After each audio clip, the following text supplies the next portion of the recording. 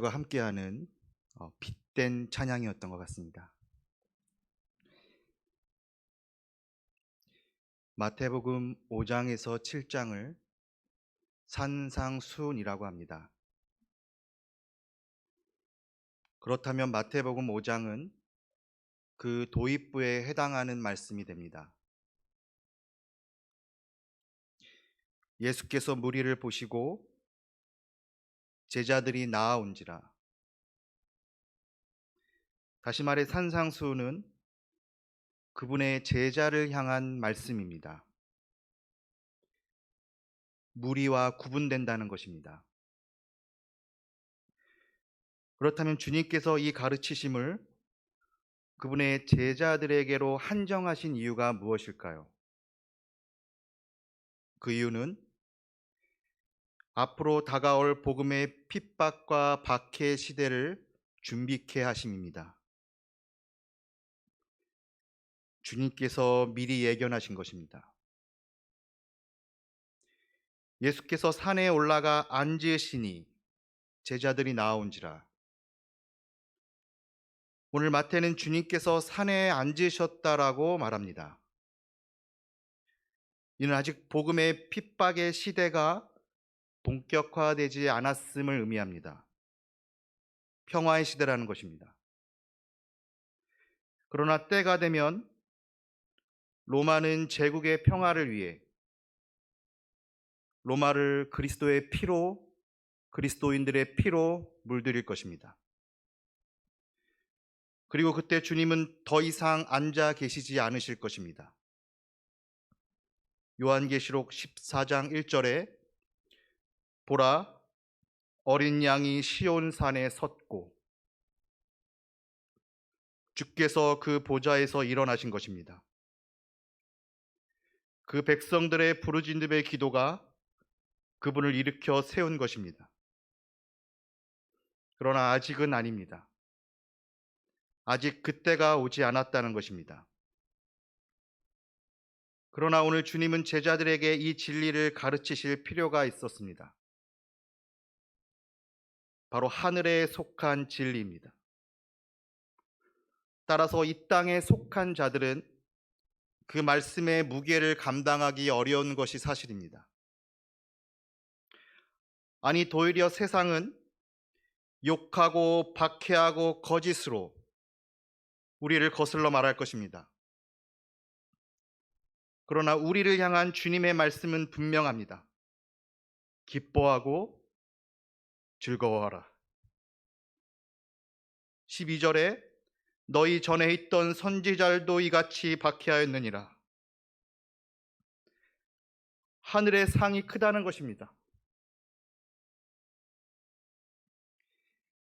하나님에 대해 말해야 한다. 그러나 말할 수 없다. 한 신학자가 고백한 내용입니다. 자신의 신학적 실존을 이렇게 말한 것입니다. 오늘 제가 자리한 상황과도 같습니다. 하나님에 대해 감히 말할 수 없는 죄인이지만 그 하나님을 선포해야 하는 상황에 놓여 있는 것입니다.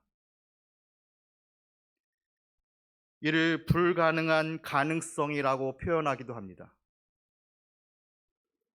사람에게는 불가능하지만 하나님께는 가능하다는 것입니다. 바울은 이를 사방으로 우겨쌈이라고 표현했습니다. 제 앞에는 하나님이 사랑하시는 성도가 있고 위에는 하나님께서 우리를 바라보고 계시며 어디엔가는 어둠의 영들도 존재하기 때문입니다. 따라서 마가복음에 기록된 주님의 기도가 오늘 저의 기도이기도 합니다. 마가복음 14장 36절에 아버지께는 모든 것이 가능하오니. 오늘 본문 앞절에 보면 수많은 무리가 예수를 향해 나아오고 있었습니다. 마태복음 4장 25절에 기록된 내용입니다. 이는 예수께서 모든 병과 약한 것을 고치셨기 때문입니다. 빛이 그 어둠을 밝힌 것입니다. 요한복음 1장 5절에 빛이 어둠에 빛이 돼 3장 19절에 그 빛이 세상에 왔으되 이 빛을 직접 대면했던 바울은 무엇이라 고백했을까요? 그는 아마 이렇게 고백했을 거라고 생각합니다. 이 땅 위에 오신 하나님의 본체. 이 찬양의 원제는 사실 이렇습니다. Hail to the King. 왕을 맞으라는 것입니다. 바울은 빌립보서를 통해 이렇게 고백합니다. 하늘에 있는 자들과 땅에 있는 자들과 땅 아래에 있는 자들로 모든 무릎을 예수의 이름에 꿇게 하시고. 빌립보서 2장 10절입니다. 이 땅에 오신 하나님, 주님은 당신의 자녀들을 당신의 군사로 부르고 계십니다. 이것이 빛의 자녀들입니다. 나를 따르라는 것입니다. 하나님의 나라가 시작되었다는 것입니다. 그 사역에 동참할 제자들을 부르신 것입니다. 하나님의 나라가 가까이 왔으니 회개하고 복음을 믿으라는 것입니다. 여기서 하나님의 나라는 예수 자신을 말합니다. 왜냐하면 나라는 통치와 주권을 의미하는데 지금 아버지의 통치가 예수를 통해 온전히 드러나고 있기 때문입니다. 지금 예수는 아버지의 통치에 전적 순종의 모습을 보이신다는 것입니다. 고린도후서 1장 19절에 하나님의 아들 예수 그리스도는 예하고 그에게는 예만 되었느니라. 그러나 이스라엘의 태도는 어떻습니까? 그들은 아버지의 부르심을 거부했습니다. 암탉이 제 새끼를 모음같이 내가 너희의 자녀를 모으려 한 일이 몇 번이냐? 그러나 결국 주님의 사역은 갈릴리에서 시작될 수밖에 없었습니다. 오늘 주님은 자신을 환호하는 무리를 뒤로 하셨습니다. 왜냐하면 그들은 결국 주님을 떠나갈 자들이기 때문입니다. 훗날 요한은 이렇게 기록했습니다. 많은 사람이 떠나가고 다시 그와 함께 다니지 아니하더라. 요한복음 6장 66절입니다. 오늘 산에 오르신 주님은 제자들이 더 나은 세상을 꿈꾸기를 바라셨습니다. 하늘의 통치가 이 땅에 온전히 드러나는 세상입니다. 선지자 이사야가 이 환상을 보았을 때 그는 다음의 음성을 듣게 됩니다. 이사야 66장 22절입니다. 내가 지을 새 하늘과 새 땅이 내 앞에 항상 있다는 것입니다. 그러나 이사야가 이 음성을 듣기 전 그에게 먼저 들려온 소리가 있었습니다. 66장 2절입니다. 무릇 마음이 가난하고 심령에 통회하며 내 말을 듣고 떠는 자, 그 사람은 내가 돌보려니와. 주님은 이들이 복 있다고 하십니다. 그러나 이 자리에 속하지 못할 자들도 있다고 주님은 말씀하셨습니다. 66장 15절에 보라, 여호와께서 강림하시리니 맹렬한 화염으로 책망하실 것이라.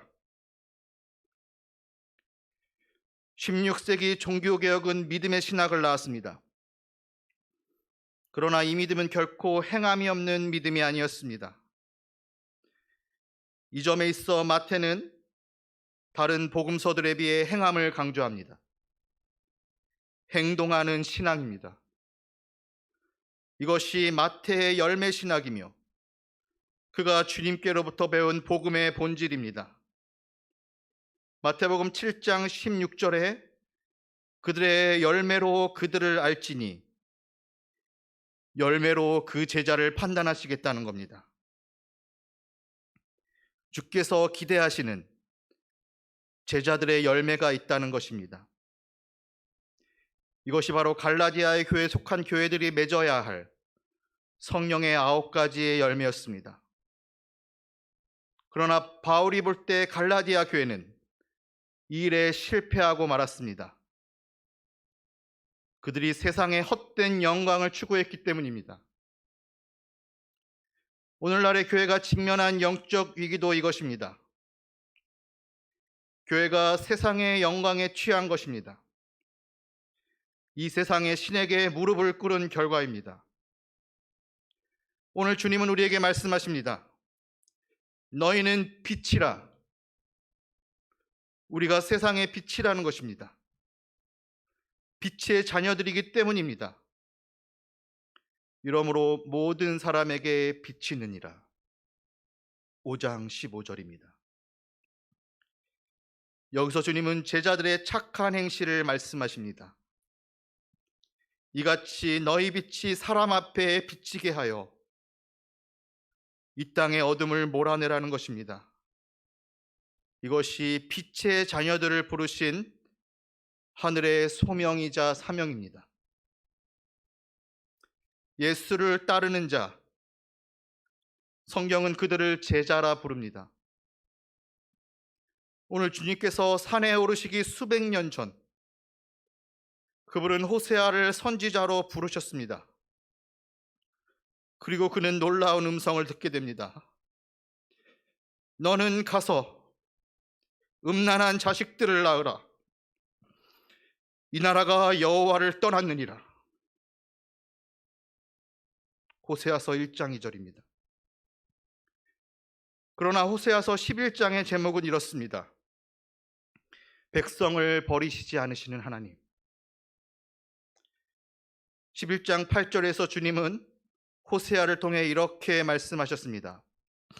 에브라임이여, 이스라엘이여, 내가 어찌 너를 버리겠느냐? 나의 국률이 온전히 불붙듯 하도다. 그 후로 얼마의 시간이 흘렀을까요? 오랜 침묵이 지난 후 하늘로부터 세미한 음성이 들려오기 시작했습니다. 이것이 호세아서 11장 10절의 말씀입니다. 그들은 사자처럼 소리를 내시는 여호와를 따를 것이라. 결국 제자 마태는 호세아 선지자의 기록을 이렇게 그려내고 있는 것입니다. 사자와 어린 양들, 예수와 그 제자들의 모습입니다. 유다 지파의 사자가 마침내 산 위에 오르신 것입니다. 하나님의 전쟁을 준비하기 위함입니다. 성경은 바다를 악의 근원으로 묘사합니다. 혼란과 무질서의 상징입니다. 그러나 산은 어떻습니까? 산은 하늘과 가깝습니다. 하나님의 통치에 근접하다는 것입니다. 따라서 산 위에서 선포되는 말씀이 땅의 세계에서 이해되기란 불가능한 가능성에 가까울 것입니다. 빛은 그 어둠과 공존하기 불가능하기 때문입니다. 빛의 자녀들, 그들은 복 있는 사람입니다. 주님은 그들을 이렇게 부르고 계십니다. 심령이 가난한 자, 애통하는 자, 온유한 자, 그리고 의에 줄이고 목마른 자입니다. 나아가 긍휼히 여기는 자, 마음이 청결한 자, 화평하게 하는 자, 그리고 의를 위하여 박해받은 자들입니다. 오늘 본문 1절에서 10절에 표현된 자들입니다. 놀라운 점이 있습니다. 마태복음 5장 4절에서 9절을 주님은 미래 시제로 그리고 계십니다. 앞으로 닥쳐올 위기의 시대를 준비케 하신 것이 아니겠습니까? 그러나 이에 반해 마태는 3절과 10절은 현재형으로 기록했습니다. 천국이 그들의 것이며 천국이 그들의 것임이라. 왜냐하면 예수 자신이 현재하는 하나님 나라 그 자체이시기 때문입니다.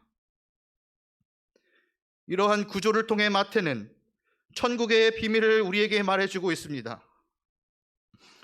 왜 주님은 팔복에 해당하는 자들을 어떻게 하십니까? 품고 계신다는 것입니다. 그렇다면 왜 주님은 이들이 복되다고 하셨을까요? 왜냐하면 이 팔복에 속한 자의 모습이 바로 우리 주님의 모습이기 때문입니다. 심령이 가난한 자, 애통하는 자, 온유한 자, 의에 줄이고 목마른 자, 긍휼히 여기는 자, 마음이 청결한 자, 화평하게 하는 자, 의를 위하여 박해받은 자는 바로 우리 주님의 모습이었습니다. 주님께서 제자들에게 하신 말씀, 나를 따르라. 이는 곧 나를 본받으라는 말입니다. 오직 한 제자만이 이 표현을 사용한 적이 있습니다. 그는 고린도 교회를 향해 이렇게 편지했습니다. 고린도전서 11장 1절입니다. 내가 그리스도를 본받는 자가 된 것 같이 너희는 나를 본받는 자가 되라는 것입니다. 그렇다면 오늘 우리의 모습은 어떻습니까? 우리가 예수를 따르는 것, 떡을 먹고 배부른 까닭은 아니지 않겠습니까? 진정 예수의 모습을 원하고 바라고 기도하십니까? 성경의 약속은 분명합니다. 나로 말미암아 너희를 거슬러 모든 악한 말을 할 때 그때가 가장 복되다는 것입니다. 복음의 핍박이 세상의 헛된 영광으로부터 우리를 벗어나게 도와주기 때문입니다. 빛의 자녀들, 주님은 그들에게 한 가지를 요구하고 계십니다. 바로 복음으로 인한 예수의 흔적입니다. 바울은 갈라디아서 6장 17절을 통해 이렇게 말합니다. 누구든지 나를 괴롭게 하지 말라. 내가 내 몸에 예수의 흔적을 지니고 있노라. 이것이 복음의 흔적이며 복음에 합당한 열매일 것입니다. 기도드리시겠습니다. 살아계신 아버지 하나님, 주님의 빛된 자녀들을 기억하여 주시옵소서. 너희는 빛이라. 그 빛의 정체성을 기억할 수 있게 하여 주시옵소서. 우리의 마음이 애통합니까? 우리의 마음에 슬픔이 있습니까? 우리가 주님을 닮아가고 있는 것입니다. 세상에서 아픔과 고통을 겪고 있는 모든 성도들을 기억하여 주시고 그들을 끌어안아 주시옵소서. 귀하신 예수님의 이름으로 기도드립니다.